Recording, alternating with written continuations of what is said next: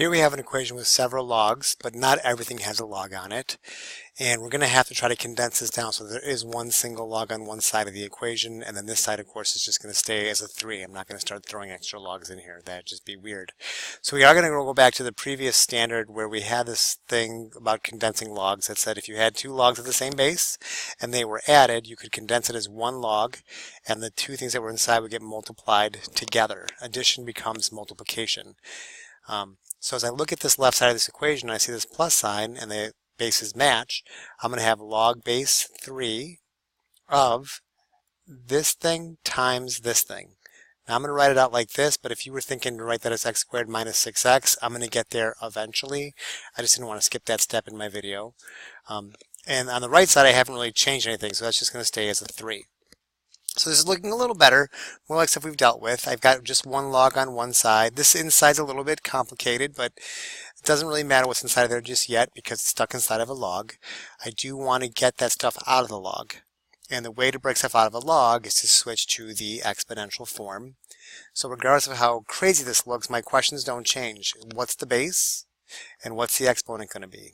So this is my base, as always. This is my exponent, as always, and it's going to equal this stuff on the inside, x times x minus 6. So now all the new material is over, and we are looking at stuff that's kind of from like the first half of the year.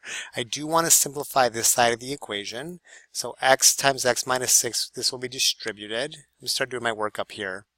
So x times x minus 6 is x squared minus 6x, and that's going to equal whatever 3 cubed was. 3 cubed is 27. This is a quadratic equation. I know it's quadratic because I have an x squared and an x term, and there's also a constant, so I'm going to want to get one side equal to 0. I'm going to start by subtracting 27 from both sides. X squared minus 6x minus 27 equals 0, and the whole purpose of having it equal 0 is so I could factor it and then set each factor equal to 0. So I'm going to be thinking about numbers that multiply to make, well, I got to make x squared. So that'll be x and x. And then I want to find numbers that multiply to make this but combine to make this.